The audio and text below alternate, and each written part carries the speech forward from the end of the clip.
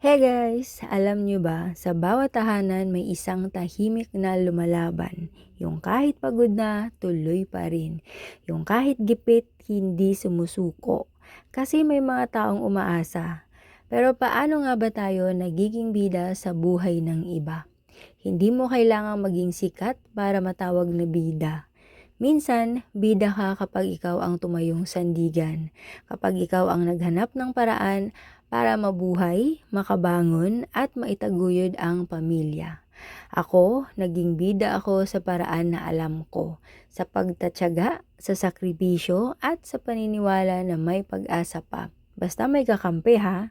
At sa panahon ngayon, malaking tulong ang mga online lending apps.